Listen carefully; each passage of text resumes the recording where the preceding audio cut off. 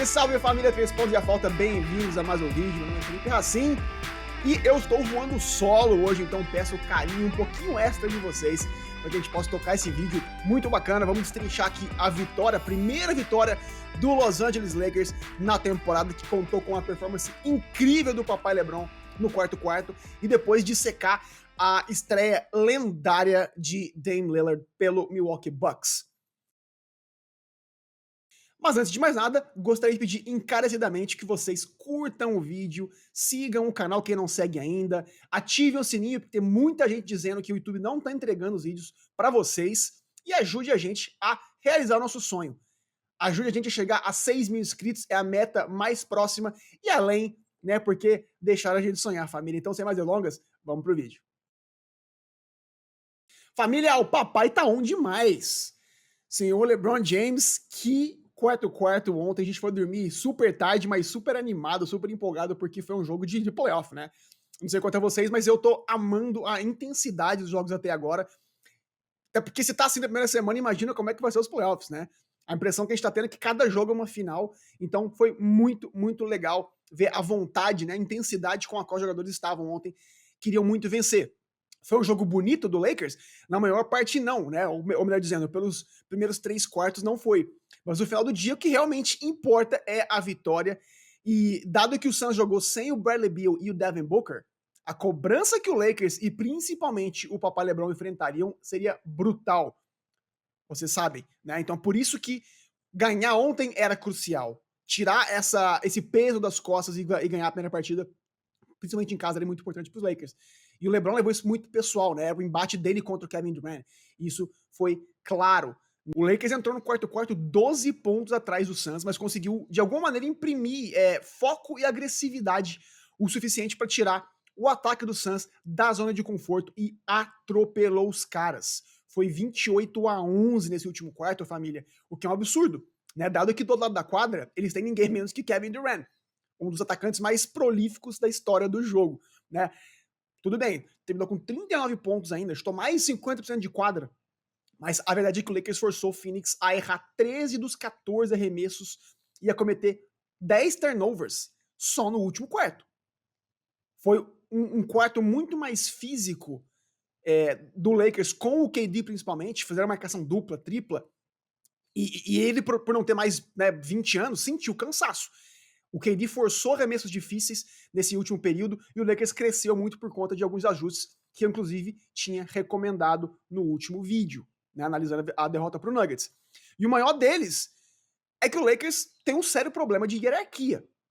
A gente simplesmente não sabe quem vai iniciar a jogada, se é o D'Lo, se é o Austin Reeves, se é o Gabe Vincent. Mas quando o Darvin Ham decidiu jogar fora o plano de limitar a minutagem do LeBron e deixar o papai o quarto inteirinho em quadra, a gente viu como é que tudo muda, como é que esse time muda água pro vinho, né? E teve uma hora-chave, inclusive, que foi justamente a hora que o Darvin Ham trocou o D'Lo pelo Austin Reeves e ficaram ele e LeBron na backcourt do Lakers. E com isso, o LeBron conseguiu orquestrar muito melhor o ataque, principalmente por conta de um AD mais engajado e interessado. A gente cobra bastante isso, o teto do Lakers sempre passa pelo AD, né?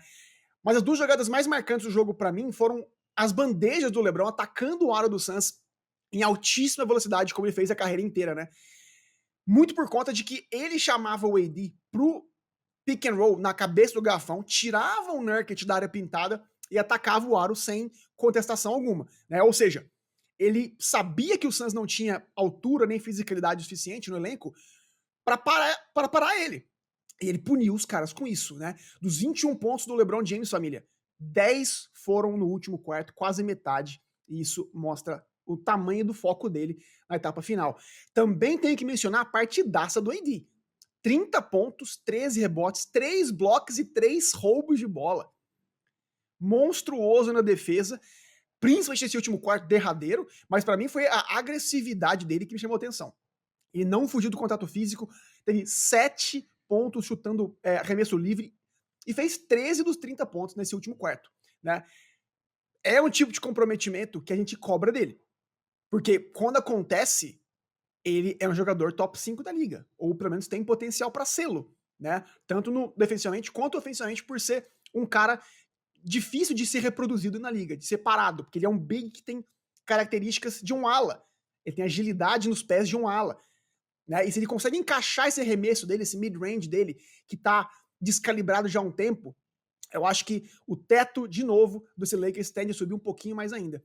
Mas voltando a falar do LeBron, que foi pra mim a tônica do jogo, família, e é incrível como um cara que vai fazer 40 anos agora no mês que vem é ainda capaz de impactar um jogo desse tamanho, né, e dessa maneira. Sem querer comparar ninguém, mas o Michael Jordan não fazia isso na cidade. Aliás, ninguém fazia, ninguém vai fazer, na minha opinião, porque goste ou não do LeBron James, a gente tem que respeitar a entrega dele pro jogo. A maneira como ele se prepara, a maneira como ele cuida do corpo dele, como ele cuida do mental. E isso pagou dividendos ontem, né? E se ele traz pra mesa tudo isso no ataque, na defesa do Lakers, quando ele tá em quadra, eles estão positivos 29 pontos. Sem o LeBron James em quadra, eles estão negativos 36, família. Simples assim, né? Eu acho que isso sim é um testamento para a grandeza dele, mas também acho que isso evidencia problemas sérios desse elenco do Lakers, né? Para mim foi legal demais ver o Christian Wood jogando com o AD em quadra no clutch time, porque com esses dois grandalhões juntos, o Lakers tem uma dinâmica completamente diferente na parte defensiva, mas o Lakers precisa agora dessa mesma versatilidade na backcourt. Reeves, D'Lo e o Gabe Vincent são caras, para mim, né, do mesmo molde, físico principalmente.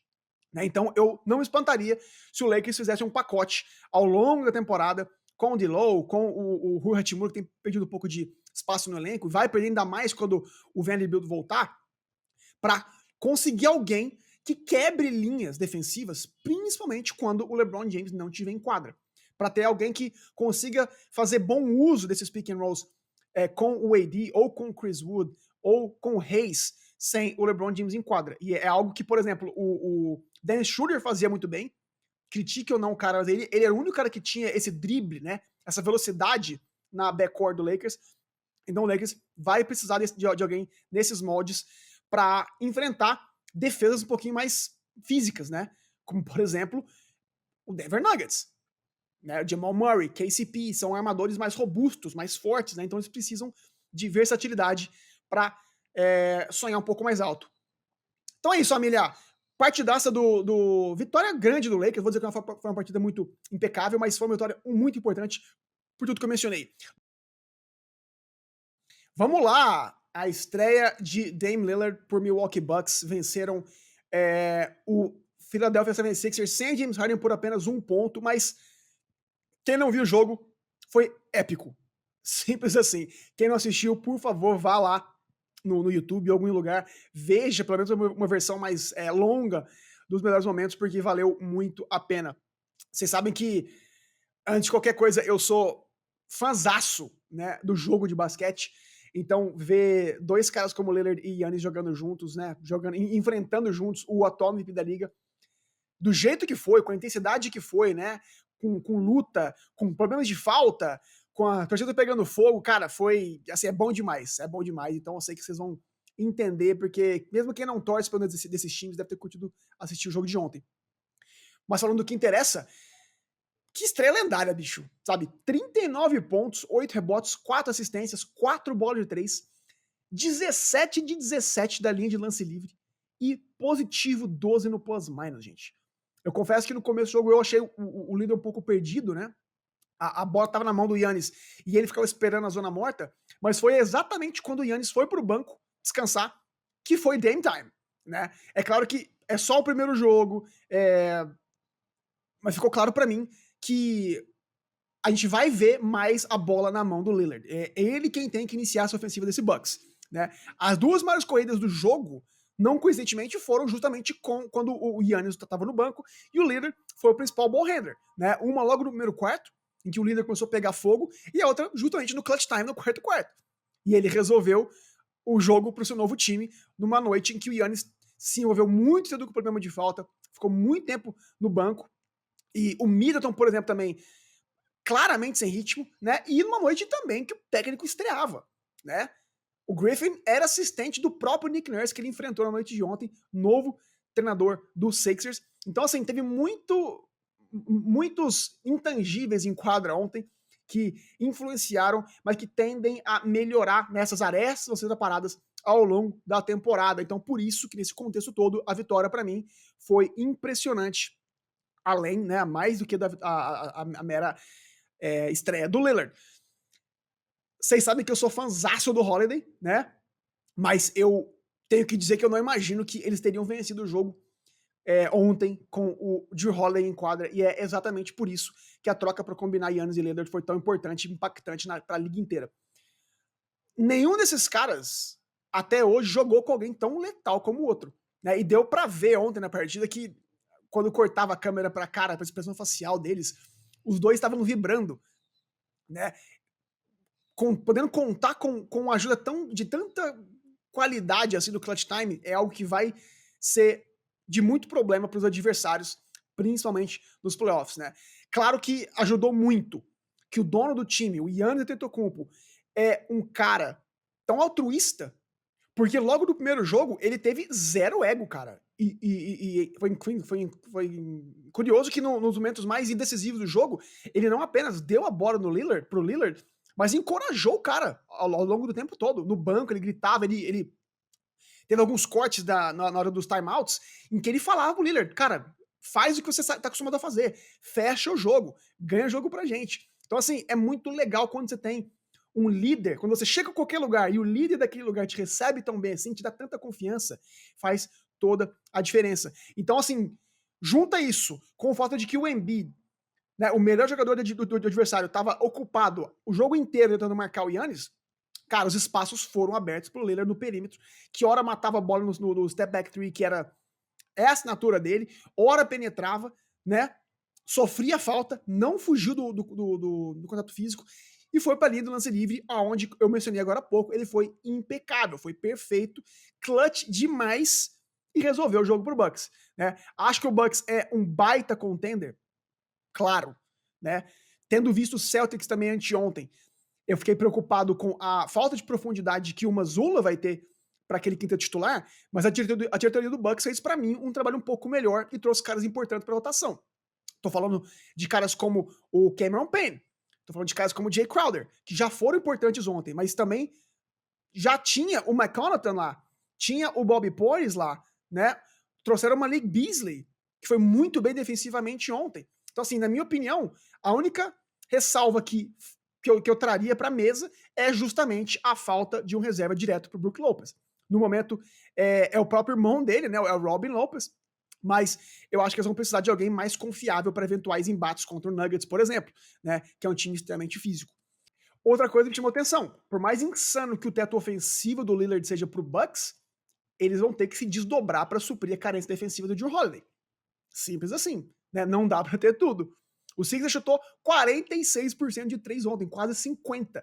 E isso para mim é inadmissível, né? Para uma equipe que queira ter pretensões maiores e ganhar o título, conceder esse volume de bola de 3 para o adversário pode ser letal, principalmente quando enfrentar caras que são bons no perímetro, são ágeis o suficiente no perímetro, como o Warriors, como o Boston Celtics, né? Então é bom ficar de olho, porque eu imagino que eles sim vão atrás durante a temporada de algum jogador mais físico, mais atlético para o perímetro. Um cara nos moldes, um jogador que já era deles, né? O Donte DiVincenzo, por exemplo, seria um cara que se encaixaria muito bem nesse quesito. Mas, de qualquer maneira, quando você tem dois caras letais, monstruosos assim, como Lillard e Giannis, é bom ficar de olho, porque o Bucks vai dar muito, muito trabalho sim, principalmente, vale ressaltar, foi apenas a primeira partida desses caras juntos ontem. Então, a hierarquia, a divisão dos postes de bolas vão ficar muito mais claras ao longo da temporada e eles vão só melhorar.